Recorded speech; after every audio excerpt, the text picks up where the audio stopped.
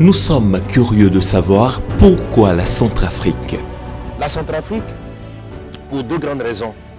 La première, j'ai été touché, interpellé par le Saint-Esprit en regardant les images horribles que tous ont pu voir sur les chaînes télévisuelles, montrant le drame, les meurtres, les assassinats, les déplacements massifs, la misère de la population face à cette horrible guerre que vit la Centrafrique depuis déjà quelques années.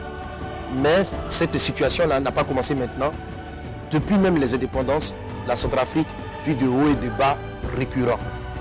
Et en regardant ces images avec le mouvement des ONG qui essayaient d'aider, l'esprit m'a interpellé, je dirais, en me disant ces organismes peuvent nourrir la chair, mais ce peuple est victime aussi de puissances ténébreuses, d'obscurantisme, de démons de destruction, de haine.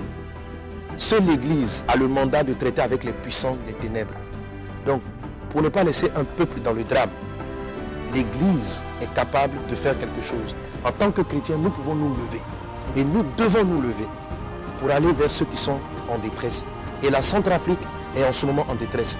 On n'a pas besoin d'attendre une révélation spéciale, une révélation particulière. Un peuple en détresse, nous prenons la décision en cherchant le Seigneur d'aller vers eux. Jésus dit, j'étais en prison, vous m'avez visité, j'étais nu, vous m'avez vêtu. Et un groupe ne l'a pas aidé.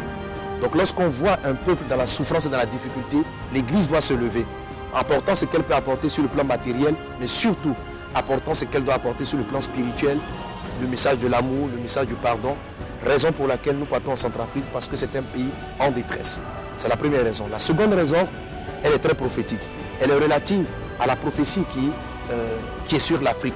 Je crois que l'Afrique, je l'ai reçu et plusieurs hommes de Dieu l'ont reçu, que l'Afrique va jouer un grand rôle dans l'évangélisation et dans la proclamation de la parole de Dieu dans les nations en ces temps de la fin. Je le crois. Mais l'Afrique a des difficultés pour entrer dans son destin parce qu'elle est tenue captive.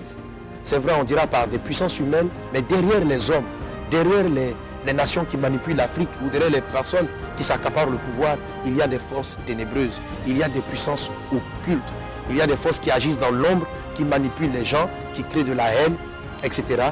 et qui maintiennent l'Afrique sous le joug des ténèbres, sous le joug de la pauvreté, sous le joug de la misère, sous le joug de la mauvaise gouvernance et de tout ce que vous pouvez imaginer. Toute l'Afrique est maintenue dans ce état. Et pendant que je réfléchissais à l'évaluation de l'Afrique, Dieu a attiré mon attention sur le fait que la Centrafrique est le pays qui est au centre de l'Afrique. Et c'est un pays qui vit depuis de longues années des souffrances à n'en pas finir. Et l'Esprit ouvre mes yeux pour vous dire, tu cherches la délivrance de toute l'Afrique. Mais si la Centrafrique, ou bien tant que la Centrafrique va demeurer sous le joug des ténèbres, toute l'Afrique sera maintenue dans la captivité. Parce que lorsque vous bloquez le centre du continent, vous bloquez par là le continent dans son entièreté. J'ai donc compris que, après toutes ces campagnes que nous avons menées en Côte d'Ivoire, le Saint-Esprit voulait que pour la première nation, nous partions en Centrafrique dans le cadre de la vision prophétique de l'Afrique, briser les chaînes, briser le joug des ténèbres qui pèsent sur le continent africain en impactant la nation centrafricaine, la nation centre de l'Afrique. Raison pour laquelle nous partons en Centrafrique.